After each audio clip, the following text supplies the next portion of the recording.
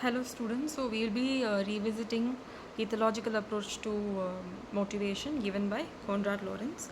So the first few, one of the few terms that I want to start with is action specific energy. So here Lorenz tries to denote action specific energy as the built up drive, tension or the need within a human being or an organism in general in executing a particular behavioral output so as to satisfy one's need. The need could be biological or psychological, but the aspect of an energy consistently building so as to come with a homeostasis, that is by meeting the need, the individual come back to rest. That is called action specific energy. For example, there's a need for hunger, and the hunger uh, alarms action specific energy, that is the action here is to eat, and the energy is the built up energy within a human being or an organism in general to procure food. Okay, so action specific energy occurs within a passage of time, and it keeps accumulating for a period so as to meet with a particular behavioral output and hence satisfy the organism's basic needs. Next is vacuum activity. So this encapsulates experiences which occurs when behaviors tend to happen even in the absence of certain external stimulus. So let's say that an individual has consistently been put in a place of stressful environment and he or she is not adaptively coping with particular emotion, and it's been accumulating for a period of time, and at one particular period he or she is more likely to express this bent up or accumulated emotion on object A, even if object A did not stimulate that particular behavior.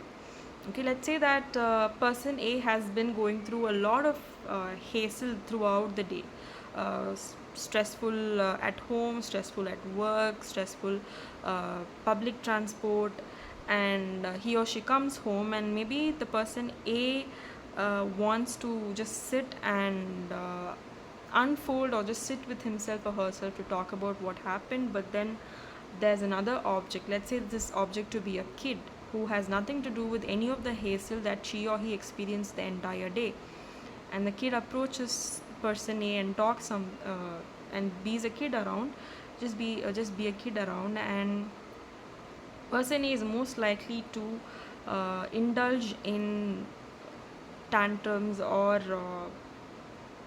more of aggressive uh, vocabulary, highly because of the hassle that has been going through the entire day for the person, and the person has not adaptively coped up with the emotions. So even if the child did not really instigate or stimulate such a behavior, yet the individual still exhibits these behaviors because it has been accumulated over a period of time. Next is innate releasing mechanism. So you can view innate releasing mechanism more like a gateway.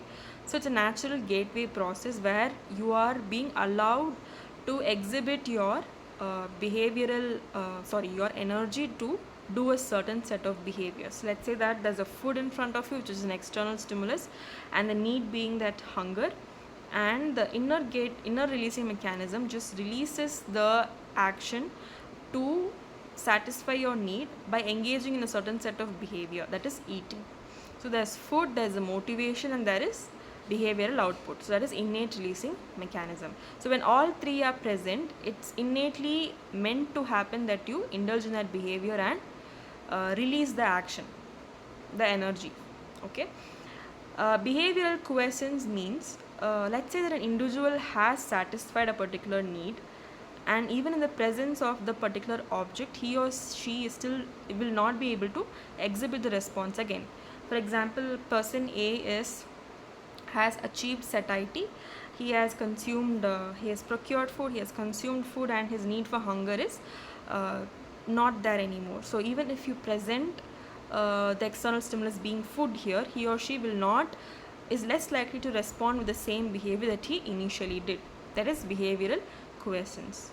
And the limitations for Lorenz hydraulic model is the aspect that he has not included the space for especially complex organisms like human beings, where they evolve and change and the behavioral outputs change over a period of time.